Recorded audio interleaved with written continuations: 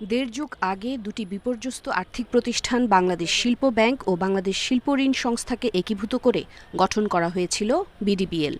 কার্যক্রম শুরুর দেড় দশক শেষে গেল ডিসেম্বরে প্রতিষ্ঠানটির বিতরণকৃত ঋণের পরিমাণ ২,৩১৩ কোটি টাকা, যার মধ্যে ৯৮২ কোটি টাকা বা ৪২%ই খেলাপি।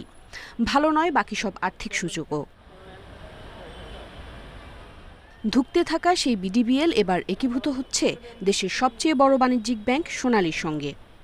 বিডিবিএল এর যে অভিজ্ঞতা সেটা হচ্ছে লঙ্গার এন্ডে শিল্প ব্যাংক এবং শিল্পায়নে এগুলো কাজ করে।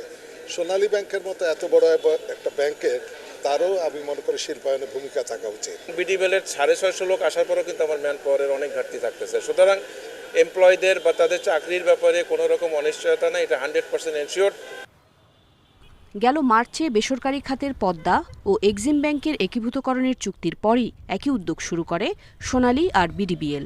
এরপর এপ্রিলে দুই ব্যাংকের পরিচালনা পর্ষদ এ সংক্রান্ত প্রস্তাবে অনুমোদন দিলে একীভূতকরণের কার্যক্রম শুরু হয়। চুক্তি শেষে দুই ব্যাংকের ঊর্ধ্বতন কর্মকর্তারা জানান, একীভূত হলেও বিডিবিএল এর কোনো কর্মী চাকরি হারাবেন না।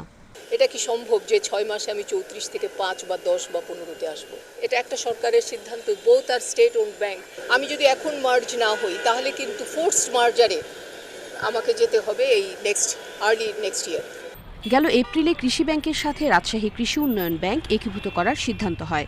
একই মাসে নানা সংকটে জর্জরিত ন্যাশনাল ব্যাংককে ইউসিবির সাথে যুক্ত করার উদ্যোগ নেওয়া হয়। আর ঋণ জালিয়াতিতে বিপর্যস্ত বেসিকের দায়িত্ব দেওয়া হয় সিটি ব্যাংকের সাথে। যদিও এরই মধ্যে একীভূতকরণ কার্যক্রমে আপত্তি জানিয়েছে ন্যাশনাল ও বেসিক দুই ব্যাংকই।